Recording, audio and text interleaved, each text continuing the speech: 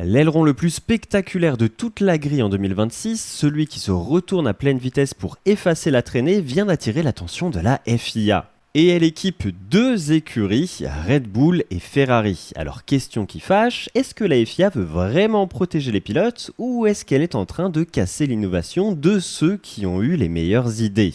D'abord, un peu de contexte, parce que le sujet est un petit peu plus compliqué qu'il n'en a l'air. Cet aileron, qu'on surnomme souvent le Macarena, parce qu'au lieu de simplement s'ouvrir, tout le plan supérieur pivote sur lui-même. Selon The Race, on parle d'une rotation qui peut atteindre 225 degrés. Le but, c'est de réduire au maximum la résistance à l'air dans les lignes droites pour gagner de la vitesse de pointe. C'est de l'aérodynamique active autorisée cette saison et c'est franchement l'idée la plus extrême du plateau. Ferrari l'a fait tourner dans un sens, Red Bull dans l'autre, avec une ouverture encore plus agressive. Et c'est là que ça se corse. Max Verstappen est parti en tête à queue 2 fois en 2 week-ends, en qualification en Autriche, puis en course à Silverstone.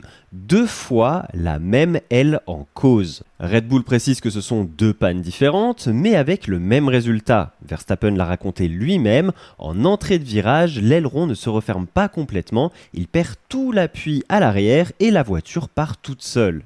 Et le pilote n'a pas mâché ses mots. Il a parlé d'une situation super dangereuse en disant qu'il avait eu de la chance 2 fois et qu'il commençait à en avoir vraiment marre. Face à ça, la FIA a contacté Red Bull et Ferrari. Et je pèse mes mots parce que c'est tout le cœur du sujet. Pour l'instant, ce n'est pas une enquête ni une interdiction. C'est une demande d'information pour s'assurer que le système respecte bien toutes les exigences de sécurité pendant qu'il fonctionne.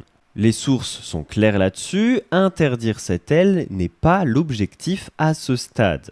Alors, sur quoi la FIA s'appuie ? Et bien sûr 2 règles et elles sont importantes pour comprendre. La première, c'est que le mouvement de l'aileron doit se faire en 400 millisecondes maximum entre la position ouverte et la position fermée. La deuxième, la plus cruciale, c'est que le design doit être conçu pour qu'en cas de défaillance, l'aile revienne toute seule en position fermée, celle qui plaque la voiture au sol. Et c'est exactement ce qui a manqué chez Verstappen. Il y a aussi un article du règlement, le fameux C1.2, qui permet au commissaire d'interdire une voiture jugée dangereuse avec effet immédiat si le problème apparaît en séance. C'est l'arme lourde, elle existe, mais encore une fois, on n'en est pas là. Maintenant, le twist qui devrait vous faire réagir, c'est que Red Bull a cassé 2 fois. Ferrari, elle, court avec le même concept depuis le Grand Prix de Miami et sur 9 manches, elle n'a pas eu la moindre défaillance, pas une seule. Alors, posez-vous la vraie question avec moi.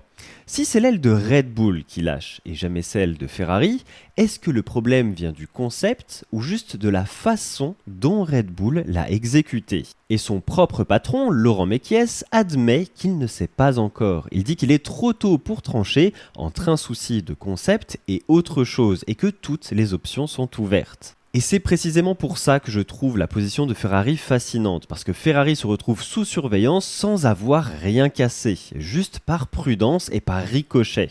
Et le timing, avouons-le, est plutôt piquant, parce que Ferrari commence seulement à revenir dans la course au titre. Alors voilà mon avis, et il est plutôt nuancé. Sur la sécurité pure, la FIA a raison de poser des questions. 2 crashs du quadruple champion, ça ne s'ignore pas. Mais sur la méthode, il y a un vrai malaise, un règlement qui préapprouve une pièce, qui la laisse courir pendant des mois puis qui convoque les 2 seules équipes assez malignes pour l'avoir maîtrisée, ça ressemble un peu à une punition de l'audace. Et ça, dans une Formule 1 où on répète que l'innovation doit être récompensée, c'est dommage.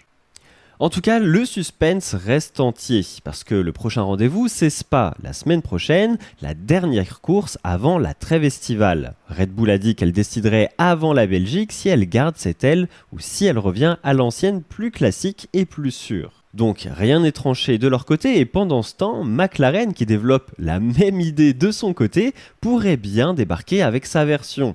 Autrement dit, ce dossier ne fait que commencer. Alors je vous pose la question et je veux vraiment votre camp en commentaire. Pour vous, la FIA protège les pilotes ou elle casse l'innovation de ceux qui ont osé ? Et si Ferrari n'a jamais cassé, est-ce que c'est justifié de mettre son aile sous surveillance ? Dites-moi tout en commentaire.